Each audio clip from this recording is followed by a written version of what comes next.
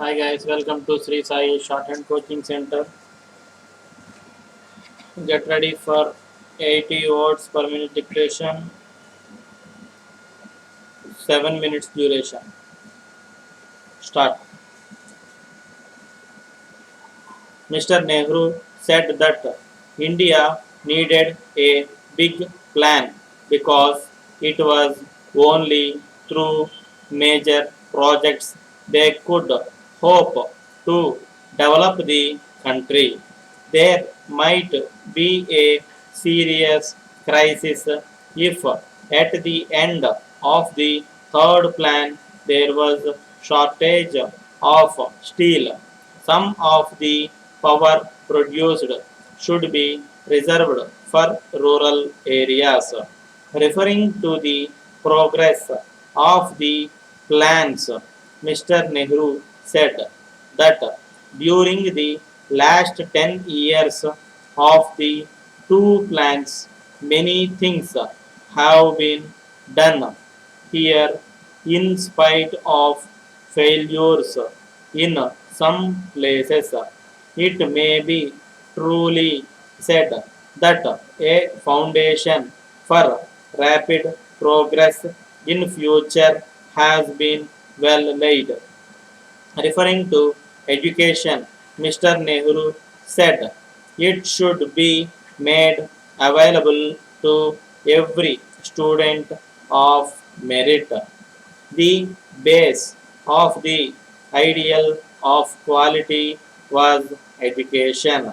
He commended the Madras scheme of midday meals for children attending schools and suggested that other states could adopt it with suitable modification.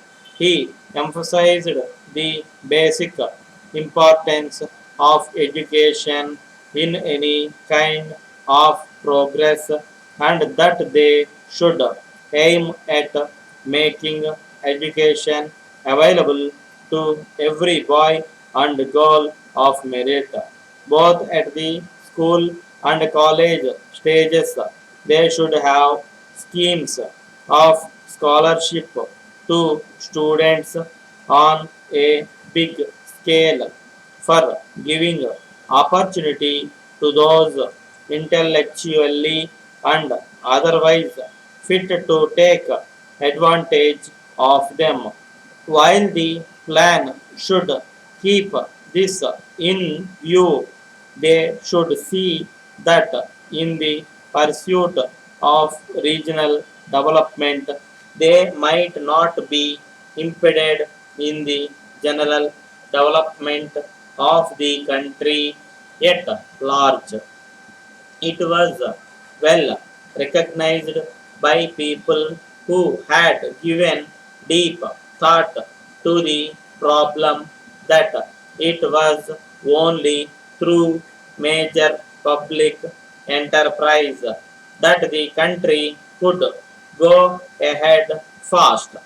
The question of private and public sectors was more theoretical and the test to be applied was what was advantageous to the nation.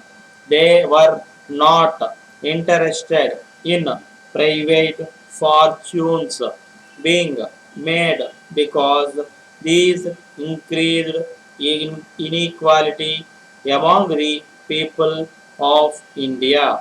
Both the public and private sectors had a definite place, but the public sector fitted in with the general planned economy. The private sector had also to fit in and was not to be run on lines which created concentration of wealth. The whole concept of planning was a concept in physical terms.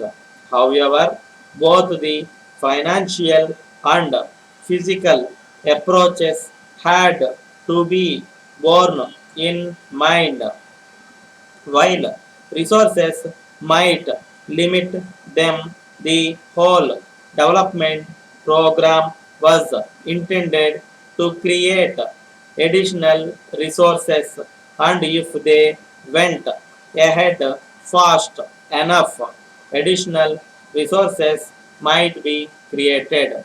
The Prime Minister spoke of the importance of spreading education and said that the question of higher education, especially technical education, should receive greater attention.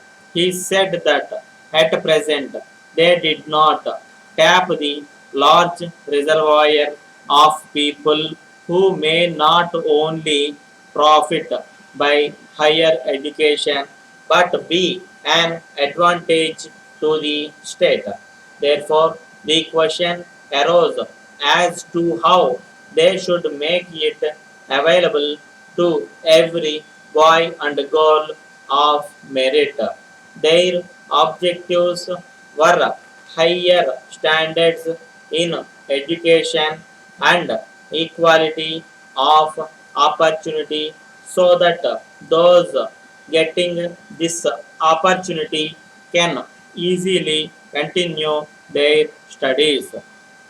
From the social, economic, or practical point of view, a very rapid growth in India would require vast numbers of trained people, more especially technically trained. It meant evolving schemes of help and scholarship on a big scale to persons who should be elected on some systematic basis, always on merit and never on personal preference.